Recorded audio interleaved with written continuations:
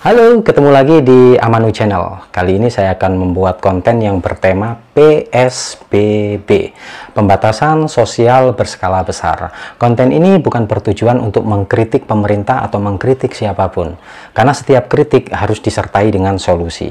Dan konten ini juga bukan masuk kategori stand up comedy, karena saya yakin teman-teman tidak akan tertawa mendengarkan apa yang saya bicarakan ini. Ya, oke, PSBB.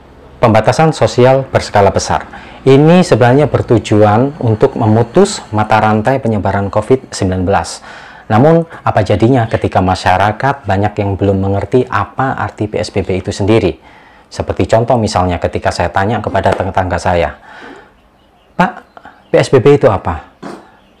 Bapak itu menjawab, "PSBB itu artinya pembelian sembako besar-besaran." Pantesan Bapak ini kemarin beli sembako banyak banget. Ya, kemudian saya tanya lagi ke anak saya, "Nak, PSBB itu apa?" Kata anak saya, "Pembagian sumbangan untuk beli baju baru." Oh, ini efek mau beli baju baru, mau lebaran ini. Saya juga tanya kepada istri saya, Mama tahu arti PSBB?" Istri saya dengan percaya diri menjawab, "PSBB itu artinya, Pak, pernah sayang, belum berjodoh." Oh, ternyata istri saya mengingatkan saya kepada mantan saya. Ya, nggak apalah. Saya coba tanya juga kepada teman saya yang perawat. Ya, saya tanya, "Mbak, PSBB itu artinya apa?"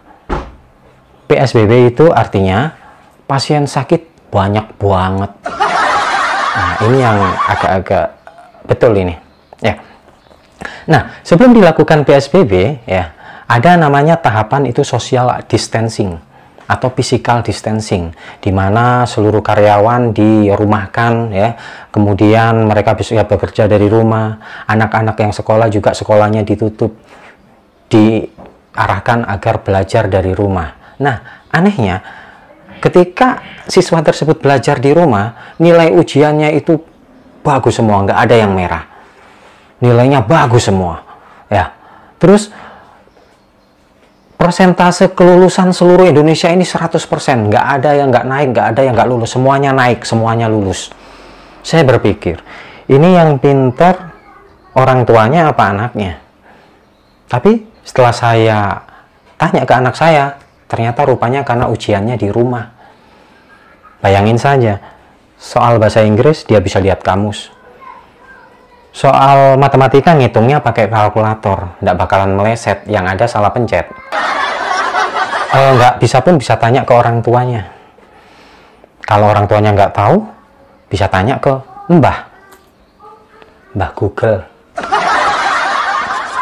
Banyak masyarakat yang pro dan kontra dengan adanya PSBB ini.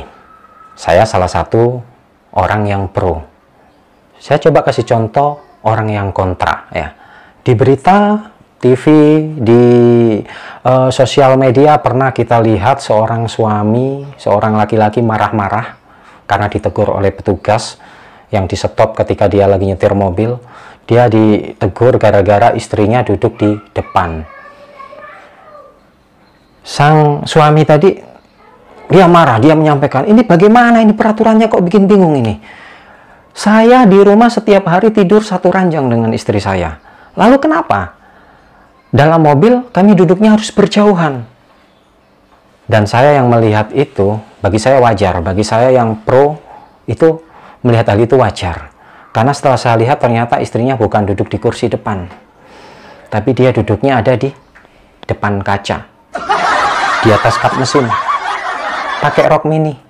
Nah, ini kan mengganggu konsentrasi pengendara yang lain. Bayangkan kalau seandainya kita menemui hal itu di jalan. Kita harus lurus, apa belok, masuk ke semak-semak, masuk ke terowongan.